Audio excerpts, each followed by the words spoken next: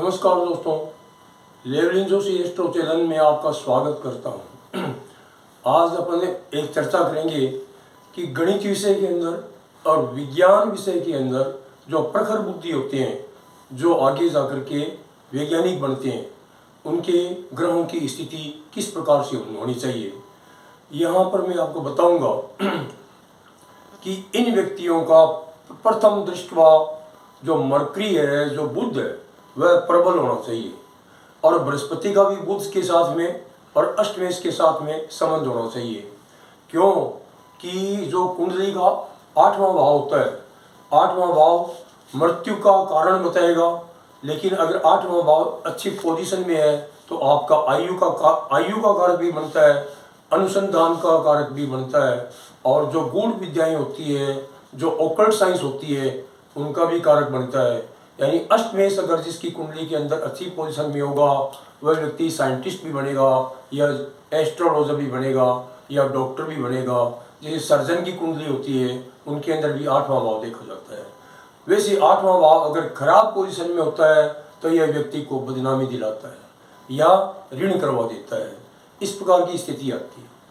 अष्टमेश और तृतीयेश, अष्टमेश और तृतीयेश का मतलब समझो आप कि यह कुंडली का अष्टम भाव है और यह कुंडली का थर्ड भाव है।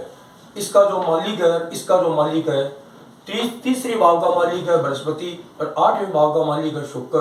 अष्टमेश और तृतीयेश अगर एक साथ कुंडली में कहीं भी बैठ जाते हैं और कुंडली में बुध की पोजीशन अगर साउंड है तो व्यक्ति वैज्ञानिक बनता है। एक बात। दूसरी बात, इन कुंडलियों के अंदर बृहस्पति की पोजीशन जो होती है वो भी सही स्थिति के अंदर होनी चाहिए। यहाँ मैं आपको उदाहरण के लिए 2 कुंडलियाँ बताऊंगा। पहली कुंडली आप देख रहे हो आपके सामने, यह चंद्रशेखर वेंकट रमन की कुंडली है, जो हमारे देश के नोबेल प्राइज विनर रह चुके हैं। भौतिकी के अंदर इन्होंने रमन प्रभाव दिखाया था, रमन प्रभाव के ऊपर इनको नोबेल पुरस्कार मिला था। ये बड़े टैलेंटेड थे। तिरुचिरापल्ली जो है उसके अंदर इनका जन्म हुआ था। इनका जन्म 7 नवंबर 1888 5:47 मॉर्निंग में हुआ है। इनकी कुंडली में ग्रहों की स्थिति आप देख रहे हो। आप क्या देख रहे हो? तुला लगन में जन्म है, पहली बात। और 8 नंबर की राशि दूसरे घर के अंदर बृहस्पति और शुक्र का संबंध है। बृहस्पति तीसरे घर का मालिक, शुक्र 8वें घर का मालिक, एक साथ बैठ गए, इसलिए ये वैज्ञानिक बने। इनकी कुंडली के अंदर बुध की पोजीशन देखो, बुध त्रिकोणेश है, 9वें भाव का मालिक होकर के लगन में बैठ रहा है, अपने आप में राजयोग दे रहा है, हायर एजुकेशन दे रहा है। बुध अपने आप में गणित और साइंस के अंदर प्रखर बुद्धि देता है।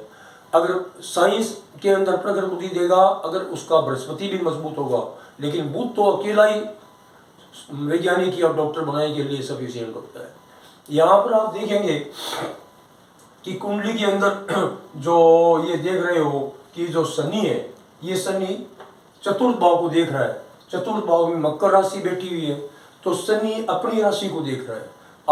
मैंने आपको बताया कि कुंडली में चतुर्थ भाव क्या है, जो होम एजुकेशन, स्कूल एजुकेशन और जो क्लास एजुकेशन होती है अप टू कॉलेज लेवल भी, जहाँ पर व्यक्ति को रेगुलर जाना पड़ता है, वहाँ की एजुकेशन इस व्यक्ति के अंदर चौथा भाव मजबूत हो गया है, तो कॉलेज एजुकेशन, स्कूल एजुकेशन में तो कोई कमी रहने नहीं दी है।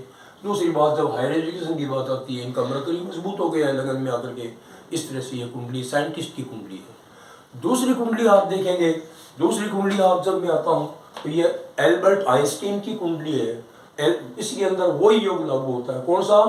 अष्टमेश और तृतीयेश एक साथ बैठे हो। अष्टमेश कौन हुआ? सूर्य।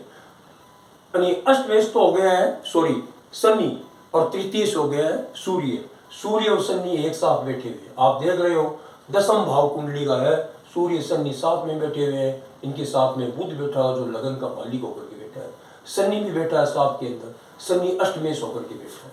शनि अकेला ही अष्टमेश का काम करता है, तो शनि रिसर्च के अंदर, कंसंट्रेशन लाने के अंदर सहायक होता है, लेबर कराने में, मेहनत कराने में सहायक होता है। जब मेहनत पर्याप्त रूप से करेंगे ये साइंटिस्ट बने। यहाँ भी आप एक चीज देखेंगे कि यहाँ जो मरकरी है बुध, वो 10वें घर में बैठ करके चतुर्थ भाव अपनी राशि को मजबूत बना रहा है। तो स्कूल एजुकेशन के अंदर कॉलेज एजुकेशन के अंदर, होम एजुकेशन के अंदर जो एटमॉस्फेयर इनको मिला है वो पढ़ने लिखने का पूरा मिला है। हालांकि इनके बारे में कहा जाता है कि स्कूल छोड़कर के चले गए थे, लेकिन ये लोग जो होते हैं एक्स्ट्रा ऑर्डिनरी होते हैं। मरकरी इनका मजबूत है, तो इन्होंने जो विश्व को जो देन दी है, जो बड़ी सापेक्षवाद की थ्योरी दी है इसने, और इसने जो E=mc² की थ्योरी दी है, उसका कोई जवाब नहीं है।